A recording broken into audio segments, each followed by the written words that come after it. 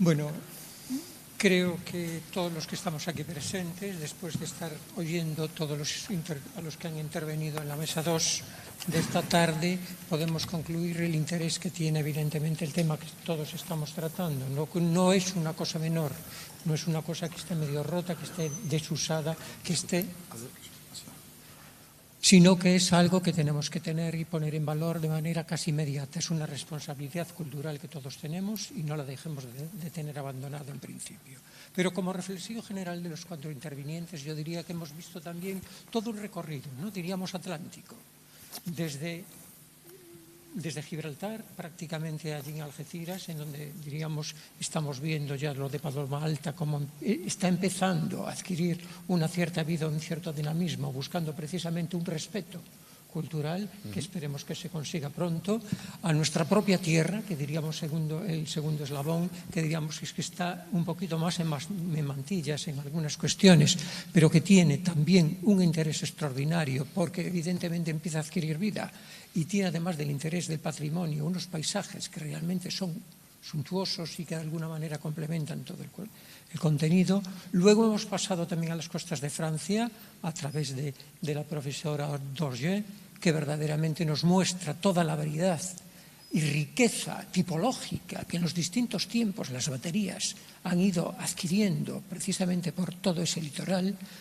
francés, para culminar en esa obra maestra de la fortificación que es el muro atlántico, que yo casi lo comparo con la muralla china en una versión moderna, ¿no? Preparada para una guerra distinta y orientada evidentemente al mar. Evidentemente es un patrimonio y un tesoro de la planificación que realmente, aunque esté, diría, salpicados de tiempos distintos y de momentos históricos diferentes, pensar que todo eso se puede perder es realmente algo que sería realmente dramático, ¿no? Y otra de las cosas que estamos viendo es que como cada proceso está en fases distintas y unas zonas están más avanzadas que otras, unos y otros podemos ir aprendiendo, ¿no?, de las cuestiones. Por ejemplo, yo quedaba admirado de todo lo que se está realizando en el muro atlántico en toda la zona de Bélgica, ¿no? Cómo la imaginación de alguna manera se ha sentado para tratar de vivificar, de darle nueva vida a todos esos instrumentos que en su día fueron de la guerra y que hoy se pueden transformar en 1000 cosas, ¿no?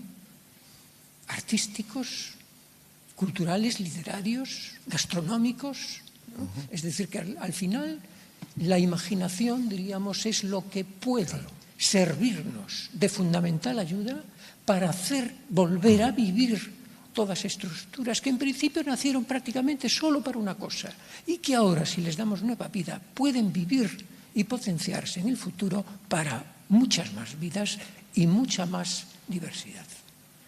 Por lo tanto, creo que todo esto podría ser un motivo estupendo para un debate y me gustaría que en este caso, además de los que pudieran estar aquí interviniendo, como pasó en la jornada de la mañana, que estábamos muy justos de tiempo, interviniera también el público, claro, que por eso evidentemente se ha inscrito, porque se supone que el tema le interesa y que por lo tanto tiene también una voz, y es una voz que queremos aquí que se escuche, que se oiga, que sea participativa y que nos haga a nosotros también reflexionar sobre otros puntos de vista que evidentemente pueden ser también muy interesantes. Así que no veo a Suso por aquí, no sé. Jesús, estás ahí medio oculto. Y si te parece, podrías tú empezar abriendo así un poquito la primera reflexión y luego a ver lo que va surgiendo. Pero invito al público, en cualquier caso, que aquello que le pueda suscitar una pregunta, que no deje de hacerla, por favor. Sí, bueno, ha habido múltiples aspectos de interés que se han tocado entre la mañana y la tarde. A mí uno de los que más me ha llamado la atención, quizás porque los historiadores y los especialistas en patrimonio estamos muy apegados a lo material y a los vestigios históricos y a la documentación, se trataría de mirar hacia la proyección del patrimonio a los ciudadanos, el aspecto educativo, por empezar por uno de los múltiples aspectos que se han tocado, pero por ejemplo, con las actividades educativas que ha presentado Mathieu de Meyer en el Atlantic Wall, más allá del turismo, ¿no? esa participación de los ciudadanos, de las familias, de grupos de interés específicos, me parece interesantísimo.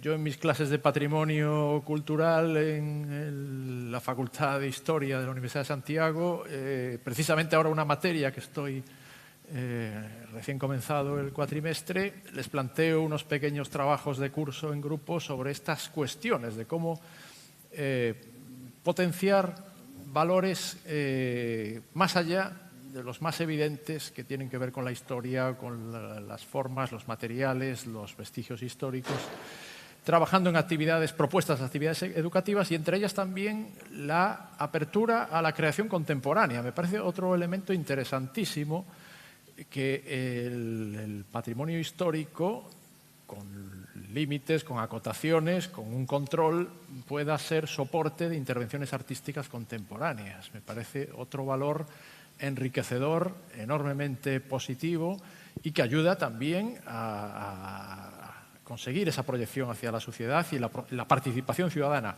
incluso con polémicas, como esa intervención artística de las pelucas en los soldados alemanes.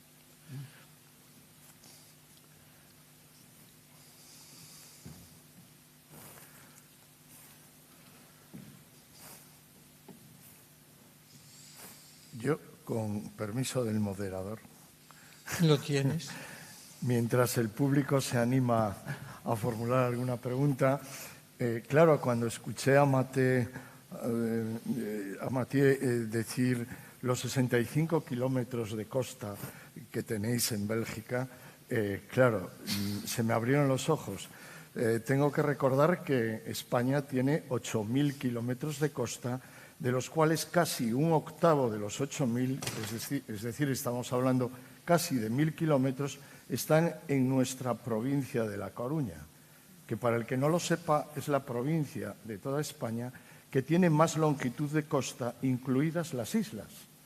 Entonces, claro, cuando recorres, como a mí me tocó en estos últimos 40 años de ejercicio profesional, recorrer la costa desde Ribadeo hasta la frontera con Pontevedra, uno se da cuenta del patrimonio que tenemos. Bueno, bromas aparte, pero que viene a cuento para explicar un poco la escala de lo que nos encontramos.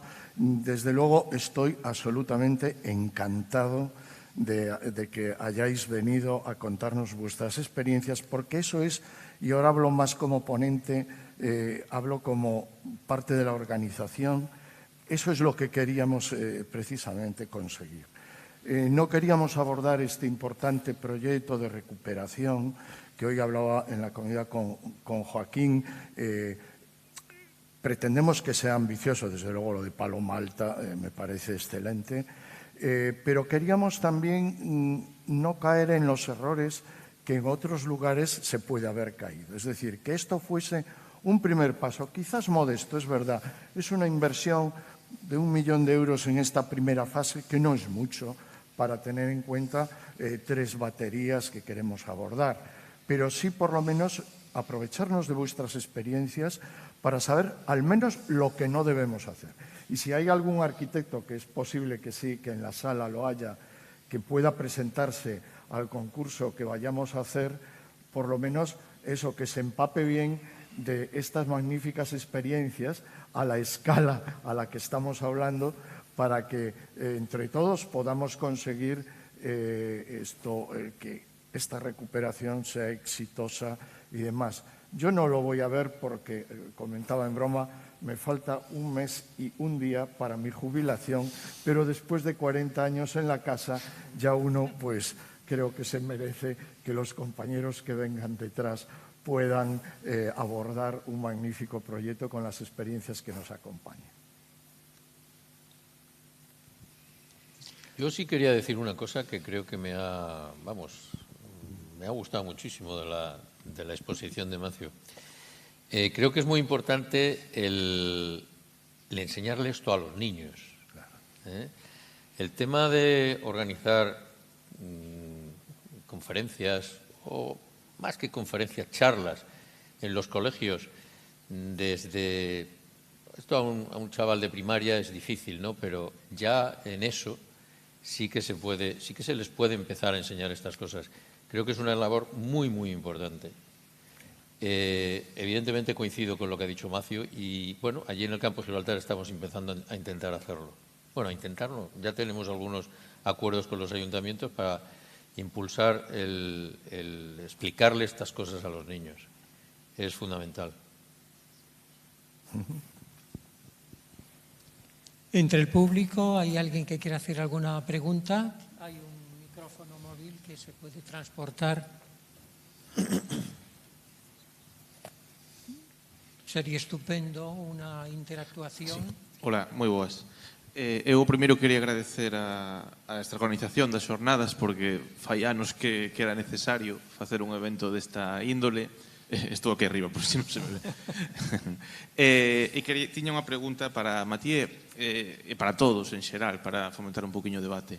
Este é un patrimonio doblemente conflictivo. Estamos falando de patrimonio de conflicto bélico en contextos de Primeira, Segunda e de numerosas guerras durante a época moderna, pero tamén é un patrimonio conflictivo porque representa accións a veces de estados totalitarios, enemigos que toman un país, pues no caso de Bélxica.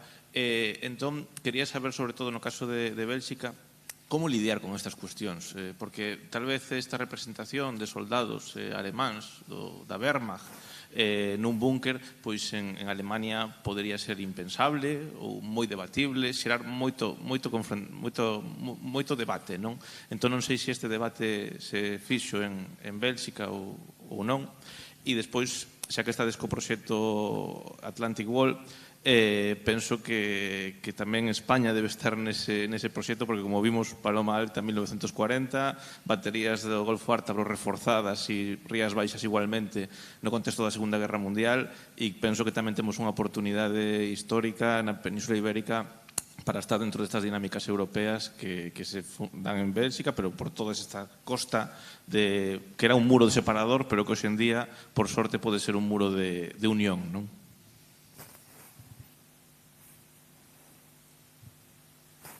Okay. Yeah, it comes a little bit with delay with me, so if I wait a little bit, it's because I wait until the translation is Escuchar finished. la traducción y Y luego pensar. No le veía, por cierto, a usted en el público. En Bélgica no es tan controvertido el hablar de la perspectiva alemana. Desde luego no en la Primera Guerra Mundial, porque la Primera Guerra es una historia totalmente diferente a la de la Segunda Guerra Mundial, en la cual estaban los nazis y la ideología nazi, pero la Primera Guerra Mundial tenía que ver con el nacionalismo, pero de varios países, entonces es bastante diferente. Pero realmente no tuvimos problemas al mostrar la perspectiva alemana en la Primera Guerra Mundial y ni siquiera en la Segunda, porque la mostramos de manera que mostramos respeto hacia los seres humanos. Mostramos a los soldados como seres humanos, no como nazis o como otro tipo de ser malvado, sino que tratamos de mostrarles, igual que en los vídeos, con sentimientos. Entonces nos quisimos centrar en los sentimientos de esas personas y muchos de ellos tenían miedo. Otros estaban contentos en algunos momentos, otros simplemente querían volver a casa. Entonces, si nos centramos en sus historias individuales, personales, no tuvimos ningún problema. Y tampoco siquiera con la Segunda Guerra Mundial. Cuando hicimos el proyecto de las pelucas con la artista Heidi Wood, sí que tuvimos muchos comentarios. Teníamos un libro de visitas y nunca se llenó tan rápido, con todo tipo de comentarios, ¿eh? Uno de los comentarios que nos hicieron es que no mostraba respeto al estatus de los soldados. Incluso escribieron veteranos de países aliados que se quedaron asombrados porque habían puesto pelucas a los alemanes y decían, bueno, evidentemente eran muñecos, no eran personas reales, pero sí que había esa sensibilidad para ellos. Pero fue un proyecto muy potente e hizo que la gente hablase sobre este problema, sobre este tema, también el papel de las mujeres en las guerras, que normalmente quedan olvidadas. E incluso salimos en la prensa nacional gracias a este proyecto. Así que es muy valioso tener este debate. En general, cuando uno observa el Atlantic Wall y la sensibilidad del Atlantic Wall, depende mucho de un país a otro. En Bélgica, a la gente no le preocupa mucho. Es decir, es más bien lo contrario. Y por eso también formamos parte de este grupo de acción sobre el patrimonio de las islas. La gente va a la playa para disfrutar del sol y del mar y luego viene a nuestros lugares, a nuestras baterías y vamos a la... y claro, nosotros no queremos mostrarles la guerra como algo romántico, sino que queremos mostrarles el conflicto.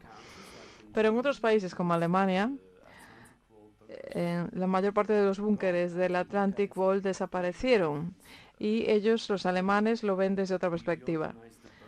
Organizamos el Día de los Búnkeres, el Día Europeo de los Búnkeres. En Alemania ya tuvimos grandes debates simplemente sobre el título, Día del Búnker. Incluso el título resultaba sensible para los alemanes, porque utilizamos la palabra búnker para mostrar los búnkeres. Entonces hay una enorme diferencia en cómo la gente observa el Atlantic Wall de un país a otro.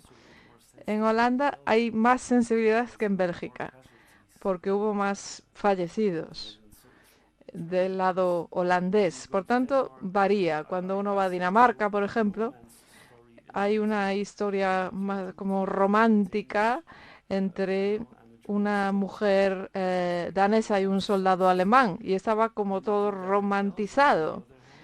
Y por otra parte, en los belgas, en Bélgica estas mujeres quedarían vistas como colaboracionistas y se las meterían en la cárcel. Entonces la perspectiva siempre es diferente. Esa visión del Atlantic Wall entre un país y otro.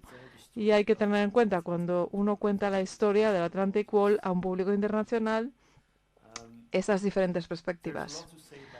Se puede decir mucho también sobre el patrimonio. También tenemos el tema de que era un territorio real, es decir, creado por el rey Leopoldo II, que tampoco tiene muy buena reputación en nuestro país, porque es el hombre que se fue al Congo y que le cortaba las manos a los habitantes locales. Por tanto, bueno, eso ya tiene un montón de problemas, el propio territorio.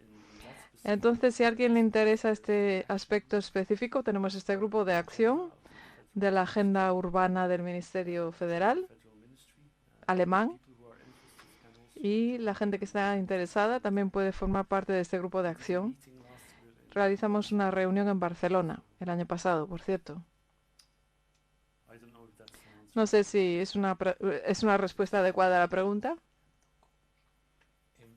Ha preguntado también en Paloma Alta. Paloma Alta tiene una suerte, y es que todo lo que rodea al proyecto y realmente todo el plan de fortificaciones del Estrecho se hizo después de la guerra, es decir, y ante una posible amenaza, entre comillas, ya que éramos neutrales, pero bueno, no beligerantes primero y neutrales después, de un lado y de otro. Entonces, la cantidad de anécdotas y de historias que hay sobre la época de la Segunda Guerra Mundial en el campo de Gibraltar es realmente increíble, y además a la gente le gusta. Aquello fue un nido de espías, como no os podéis ni imaginar. El famoso Hotel Cristina de Algeciras, bueno, está en miles de publicaciones.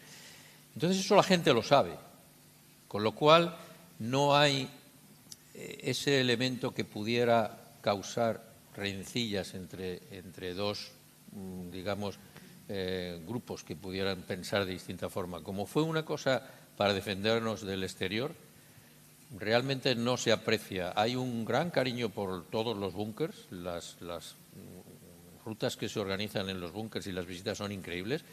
Ya os he puesto la fotografía que hay de gente visitando Paloma Alta y todo esto. Entonces, no, de momento no hay ese problema, esa es la verdad. Digamos, significativamente.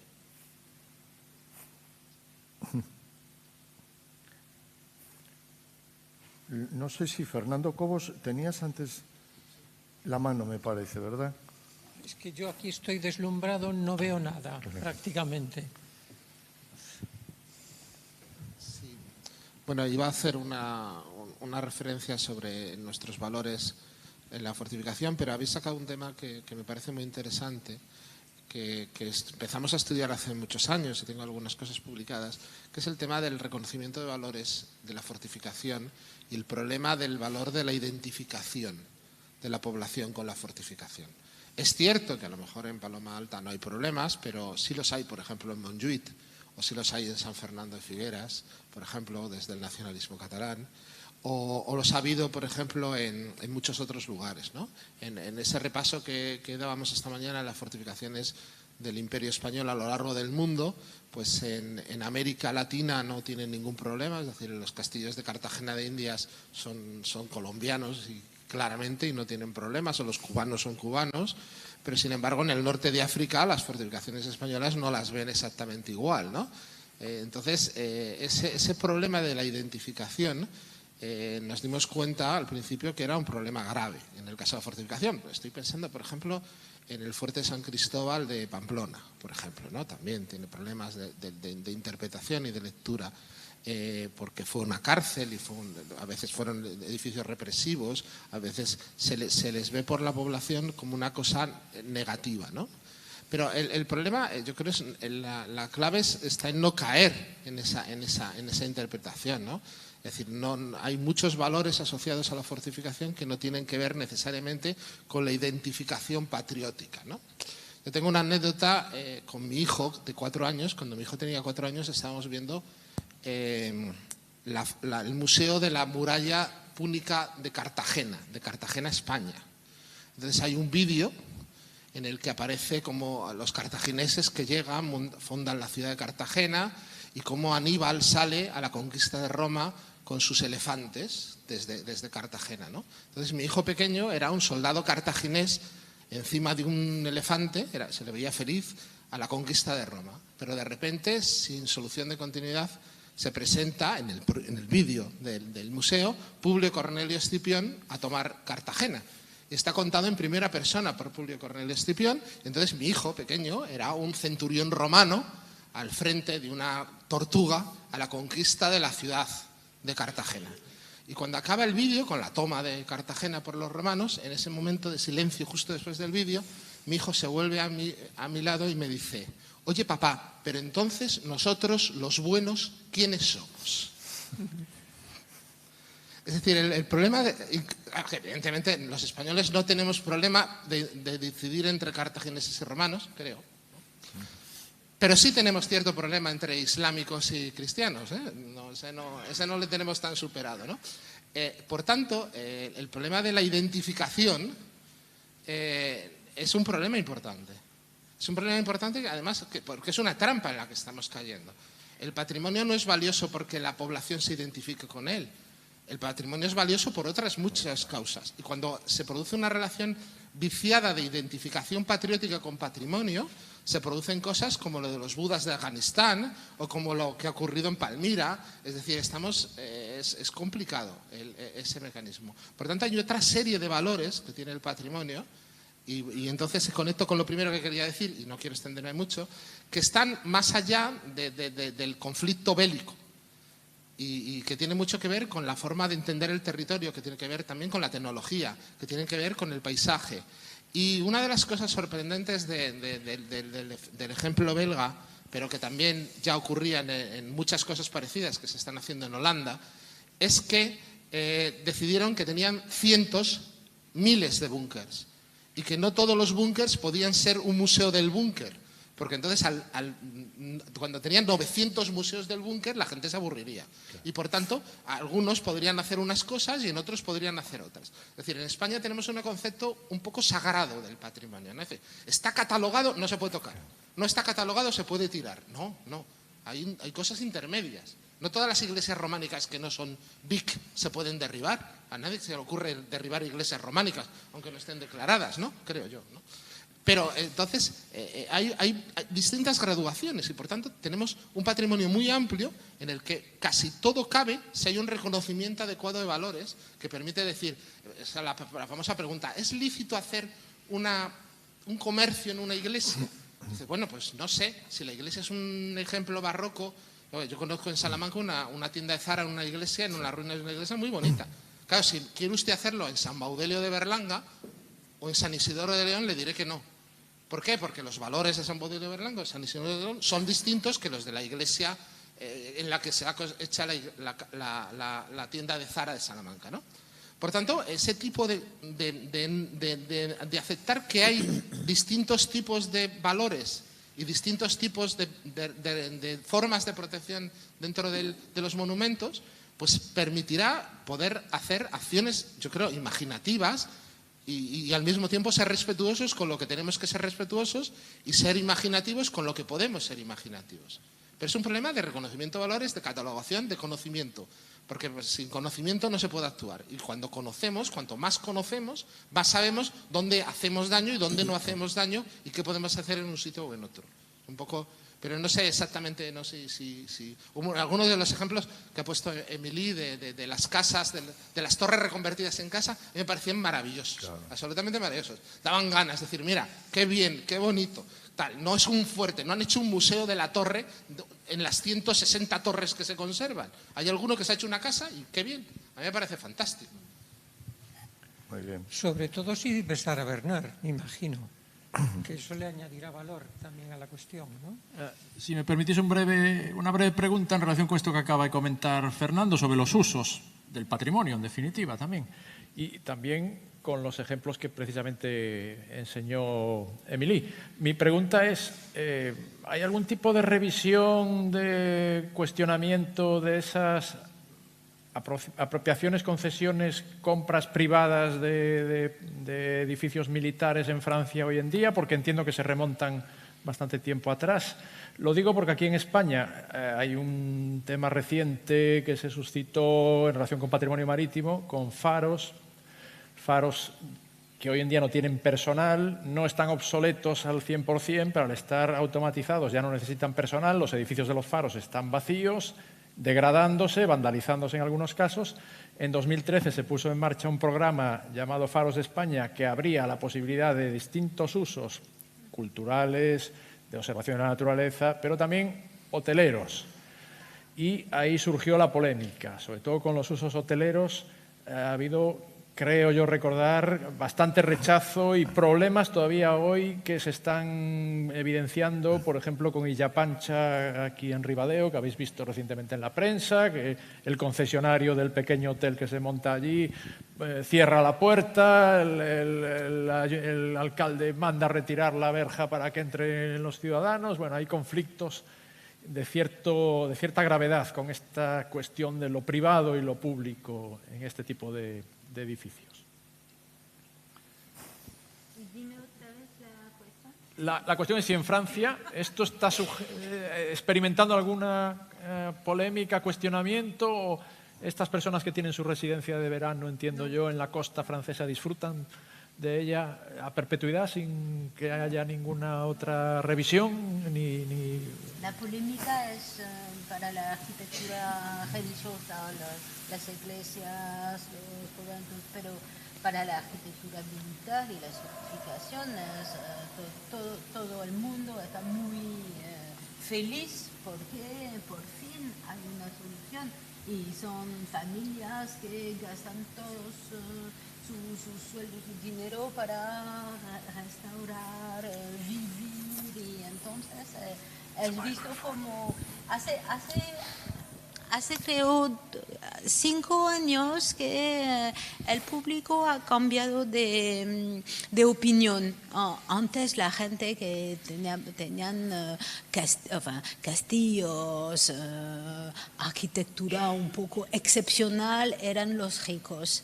Y no sé por qué, desde los años 2020 la gente se dio cuenta que es un patrimonio importante que el Estado no puede ayudar a salvarlo o salvaguardar o recuperarlo, y que los privados o los propietarios privados que hacen este trabajo dan mucho de su alma, de todo lo que tienen para ayudar algo que es precioso y interesante para el país. No sé si... Por cierto, Fernando, le diré a Sonia Vázquez Díaz, que vive muy cerquita de aquí, en la Ría de Sada, que su obra de Zara en Salamanca la has elogiado y le encantará saberlo. Es profesora en la Escuela de Arquitectura de aquí de La Coruña.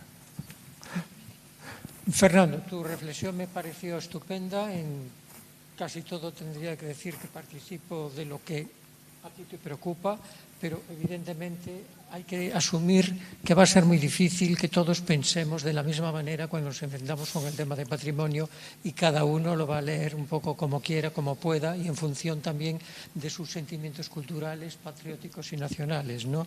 Estoy pensando, por ejemplo, en el caso de Cataluña. Yo no sé si quieren mucho o no quieren mucho el castillo de Montjuic, pero desde luego no querían la ciudadela, por eso la destruyeron, ¿no? Y hoy solo queda un parque allí que nos recuerda lo que hubo, ¿no? Y la casa del gobernador, en donde está el Parlamento catalán. Es decir, que esas lecturas va a ser difícil que las podamos evitar hoy, mañana y pasado mañana, ¿no? De la misma manera que estos momentos destructivos que en determinados momentos de la historia de la humanidad, y han pasado siempre, se dedican a destruir cosas sistemáticamente, ¿no? Estoy pensando todos los que los Khmeres rojos destruyeron en Camboya, sistemáticamente, por puro placer de destruir, horrorosamente, ¿no? O también la revolución de los maoístas, ¿no?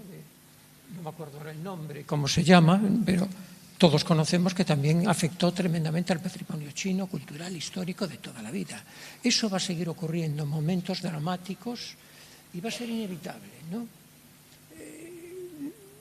Lo esperable es que sea puntual y que no afecte la generalidad y que la cordura se imponga en la mayor parte de las actividades, porque evidentemente eso es lo que conviene, ¿no? Y mientras podamos disfrutar de una cierta armonía en países por lo menos democráticos, que podemos tener un sentimiento común, que al menos allí estas fronteras que pueden ir dividiendo, ¿no?, las marcas, ¿no?, y que la muralla atlántica realmente se puede prolongar, ¿no?, aunque tenga más lagunas y sea de tiempos distintos, hasta Gibraltar, ¿no?, pues evidentemente vaya adquiriendo unos valores que en este momento acaban de empezar, porque realmente es un patrimonio con una vida reciente, ¿no? Como tal patrimonio es casi un bebé y por lo tanto aún le queda mucho pañal que poner antes de que sepa andar por su propio pie, ¿no? Pero evidentemente, si la juventud se educa, participa, empieza a ver valores en esas cuestiones, lo resulta más atractiva, lo siente como propio, empezar a defenderlo, ¿no? A defenderlo. Y no verlo solo como una cosa que fue hecha para la guerra y que por lo tanto fue hecha para la destrucción y que fue hecha para la muerte. Desgraciadamente, la cultura forma parte de la cultura del hombre. Su parte, diríamos, más siniestra, pero está ahí, la tenemos presente, en cualquier momento brota. Y también tenemos obras maestras que tienen el tema de la guerra. No estoy solo pensando en las lanzas, estoy pensando en la guerra de Troya. Es decir que, aunque no queramos ver la guerra, desgraciadamente ha estado, está y me temo que va a seguir estando. Entonces, démosle una lectura diferente y veámosla cuando ya pasó sobre todo con otros valores. Y démosle sobre todo nueva vida. Yo creo que hay que darle también una nueva vida, ¿no? Sin perder la memoria, sin perder la tradición, sin saber para qué fue hecho. Muy bien.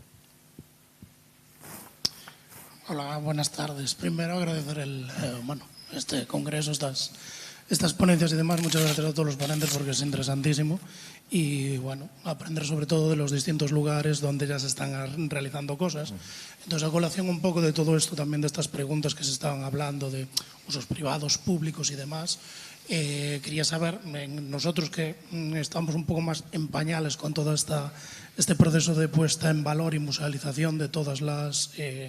de todo nuestro patrimonio militar que tenemos aquí y teniendo la gran oportunidad de tener gerentes o personas cualificadas como para responder a estas preguntas. Y, por ejemplo, en el caso que decía Fernando por la mañana en Malta, que hablaba de distintas fortificaciones como San Telmo, Ricasoli y demás, que están regidas o están dirigidas por lo que es el propio Ministerio de Cultura y de Patrimonio de Malta, u otras como por ejemplo la Salutin Battery o Forrinella, en los que tuve la suerte de poder trabajar y casi, digamos, dirigir un poco en cuanto a recreación histórica y demás, en su momento, pues que están dirigidas por una ONG o están cedidas por el gobierno por una ONG. Entonces, ¿cuál es el modelo de gestión o el ente jurídico que dirige o que va a dirigir tanto Blanca Paloma como las zonas de Bélgica que se estaba comentando Mathieu,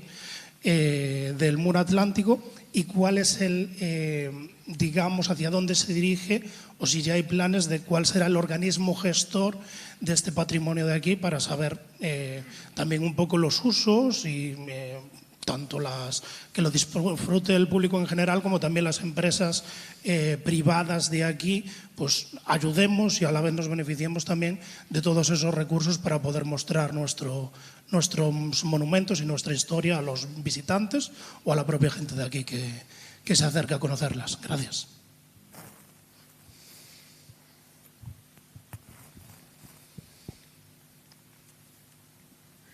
Bueno, la pregunta va más bien para lo que se va a hacer aquí, ¿no? Un poco las dos cosas. O sea, ¿cómo es la forma de gestionarlo? En general.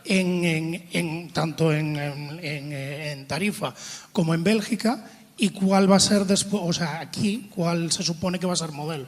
O sea, si allí en sus territorios, o sea, en sus monumentos, va a ser el propia administración o va a ser un tipo fundación o va a ser eso. Es a lo que me refería. Bueno, yo, sí, por lo que sé de momento que se va a producir aquí, la idea, en este momento, la situación jurídica es que hay una concesión de manial del Ministerio de Defensa a los respectivos ayuntamientos. ¿Eso qué significa? No es una cesión de propiedad, es una cesión del derecho de usufructo de esa propiedad, me afirma el coronel delegado de Defensa que es así, y efectivamente cualquier actuación que decida hacer cada uno de los ayuntamientos que tiene la concesión ha de tener dos cuestiones. Primero, la autorización de defensa de lo que allí se vaya a hacer, y segundo, está previsto tan previsto como que hoy me acaba de llegar en el correo electrónico la solicitud, la delegación, por decirlo así, del Ayuntamiento de Ares en la Diputación para poder licitar los proyectos correspondientes. Lo mismo va a hacer Valdoviño y demás. Una vez que la Diputación ejecute esos proyectos, tendrá una primera parte de proyecto y después una licitación de la obra que desarrolla ese proyecto. La idea es cederla otra vez esa obra al Ayuntamiento. Tenemos que entender que son superficies viarias con unos cánones bajos que tiene el Ministerio de Defensa, que además se pueden justificar perfectamente con las actuaciones de limpieza, etcétera, que se evalúan y les deducen del canon. Me corriges, coronel, si es así, creo que sí. Y a partir de ahí, bueno, la idea es que lo controle el propio ayuntamiento, como está controlando en este momento los espacios que tienen concedidos, ¿no? En cuanto a a Bélgica, Paloma Alta y demás. Bueno, creo que Matías ha explicado muy bien el tipo de gestión que están llevando. Y claro, si aquí fuese, pues no sé, por ejemplo, Monteventoso, no sabría decirte. Monteventoso es un semáforo, fue un antiguo semáforo de señales, como el de Estaca de Bares o como el de Finisterra, y el uso que se le vaya a dar, como no está en esta primera fase metido todavía, no lo puedo decir, ¿no? En Paloma Alta hay que tener en cuenta que Paloma Alta está en el estrecho de Gibraltar. El estrecho todavía es una zona, llamémosle, estratégica. De las 18 baterías que habéis visto esta mañana, hay 2 enclaves que siguen siendo de interés para la defensa. Entonces, ahí no se puede hacer absolutamente nada. Paloma Alta sí está, digamos, no declarada de interés para la defensa porque no está desafectada. Entonces, como bien has dicho, se ha planteado una cesión de Manial a la Junta de Andalucía para realizar el plan director. Esa fue la razón de por qué se puso el plan director por delante de la propuesta de cesión, por lo cual en la cesión ya figura que hay que desarrollar ese plan. Hay que tener en cuenta también que en Paloma Alta hay bienes muebles, no solamente son bienes inmuebles, es decir, los cañones están registrados en el Instituto de Historia y Cultura Militar. Las edificaciones no, porque realmente no tienen gran valor, pero hay por allí un torno que está en el antiguo taller que pasa lo mismo. No están declarados bien de interés cultural, pero sí están registrados en el sistema de bienes muebles del Ministerio de Defensa. Entonces, una vez que la Junta de Andalucía haya acogido la cesión, la Junta de Andalucía es quien debería gestionar lo que allí se haga. ¿Cómo? A través de cualquiera de los procedimientos que existen en la Ley de Contratos del Estado y en la Ley de Patrimonio. Esa sería un poco la respuesta al tema. Eso no quiere decir que no pueda haber colaboración de todos los estamentos de la zona, porque yo creo que es el secreto de esto. El que haya colaboración público-privada e incluso de ciudadanos, creo que ayuda al éxito de todas estas y sobre todo a la sostenibilidad. Claro. Esa es la realidad. Pero realmente el órgano gestor es el que tiene la cesión. Claro. Okay. Si me permite, vamos a ver, la cesión una concesión de Manial no es más que una cesión de una parte de los derechos que el Ministerio de Defensa tiene sobre esa propiedad. ¿Qué le cede? Normalmente a otra administración o a algún organismo público le cede el derecho al uso, pero mantiene la titularidad del bien en manos de defensa. Se suele marcar, como muy bien decía José Manuel Yáñez, un canon para evitar que ese bien que se le cede a un concello se quede abandonado y pierda el valor que realmente tiene.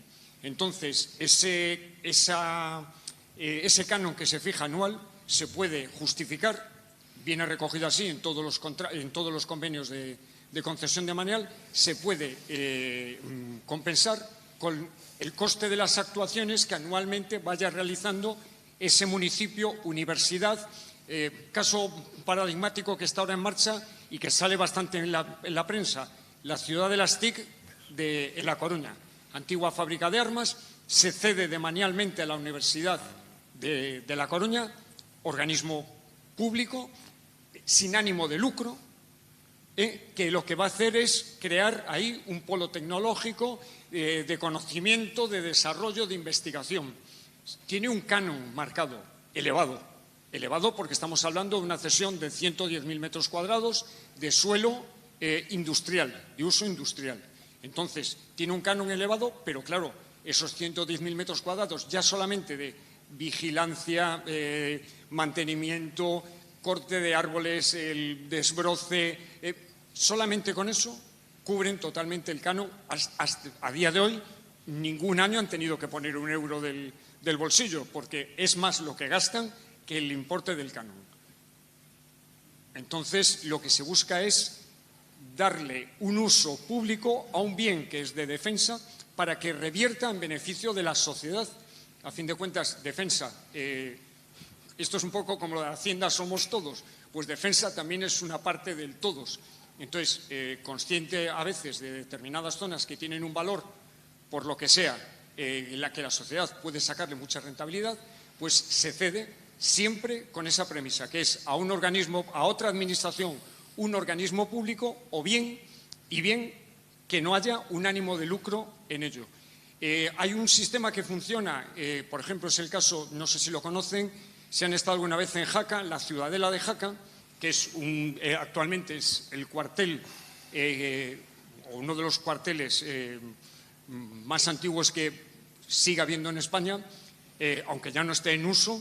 La Ciudadela de Jaca, hay un consorcio que regula el funcionamiento de la Ciudadela. En ese consorcio está el Gobierno Autonómico de Aragón, que es el que tiene las competencias en el tema de patrimonio, está el Ayuntamiento de Jaca y uno de los vocales es del Ministerio de Defensa. Y son los que llevan la gestión de ese bien público que es la Ciudadela de Jaca. Es una cesión de manial, sí, no de defensa, pero lo que se organiza allí, las visitas, que no sé si han estado allí, las visitas guiadas, el poder llegar con los ciervos, el estar allí, el darle el biberón a los cervatillos cuando nacen y tal, todo eso se organiza a través de este consorcio. Muchas gracias. Bueno, yo creo que no. Yeah.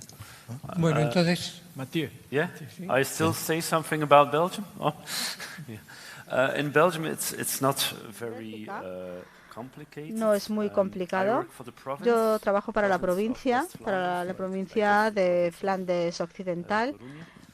Como ustedes hablan de la provincia de Coruña, por ejemplo, y todas las fortificaciones están en la provincia de Flandes Occidental, entonces es muy fácil.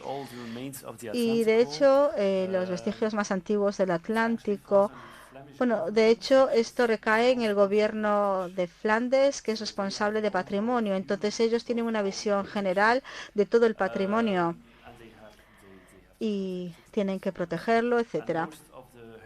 Y la mayor parte del patrimonio está en zonas de la naturaleza o en zonas de defensa costera, que son propiedad del gobierno francés, cerca de zonas privadas de tierra. Pero en práctica, la práctica es la provincia la que tiene el único museo y somos los únicos que organizan actividades más grandes. También en otros búnkeres, como este día del búnker, también hacemos visitas desde nuestro museo a otros emplazamientos. Entonces, es muy sencillo en Bélgica en ese sentido. Quizás un ejemplo más interesante para aquí sería otro ejemplo de los Países Bajos, donde tienen la línea del agua, es como la nueva línea de agua de Holanda. Hay muchas fortificaciones en los Países Bajos y tienen una oficina financiada por los gobiernos, también las provincias y ciertos ayuntamientos, y organizan todo este plan director en donde atraen a inversores para que inviertan en las fortificaciones de esta línea costera. Y tienen una revista, tienen reuniones en centros, etcétera, y funciona muy bien. Y todas estas fortificaciones ahora tienen diversos objetivos. Por ejemplo, hay fuertes en donde cultivan setas, porque las condiciones son muy buenas para las setas. Hay fortificaciones que se utilizan como bodegas porque tienen unas buenas condiciones para albergar vino. Y hay, por ejemplo, también fortificaciones deportivas. Y en otra, por ejemplo, hay un museo sobre geografía, etcétera, etcétera. Y esta oficina, de hecho, lidera el camino para conseguir que todas estas fortificaciones tengan un buen objetivo y un buen uso. Y en los Países Bajos hay un par de ejemplos muy buenos de cómo los propietarios privados participan en los nuevos usos de las fortificaciones. Si esto responde a su pregunta.